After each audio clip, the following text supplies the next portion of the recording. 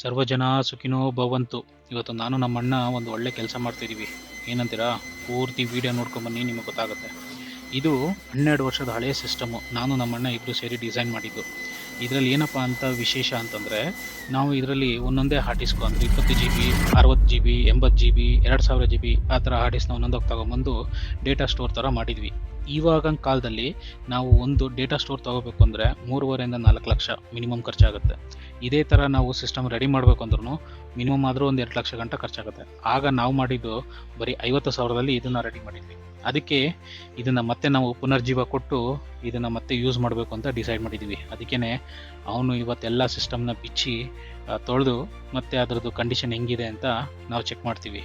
ನಾರ್ಮಲಾಗಿ electronic devices ಒಳಗಡೆ ಇರುವಂಥ ಡೇಟಾನ ನಾವು ರಿಕವರ್ ಮಾಡೋಕ್ಕೆ ತುಂಬ ಕಷ್ಟ. ಸ್ವಲ್ಪ ದಿವಸ ಯೂಸ್ ಮಾಡಲಿಲ್ಲ ಅಂದರೆ ಅದು ರಿಕವರ್ ಆಗಲ್ಲ ಅಂತ ನಮ್ಮ ಗುರುಗಳು ಹೇಳ್ತಾಯಿದ್ರು.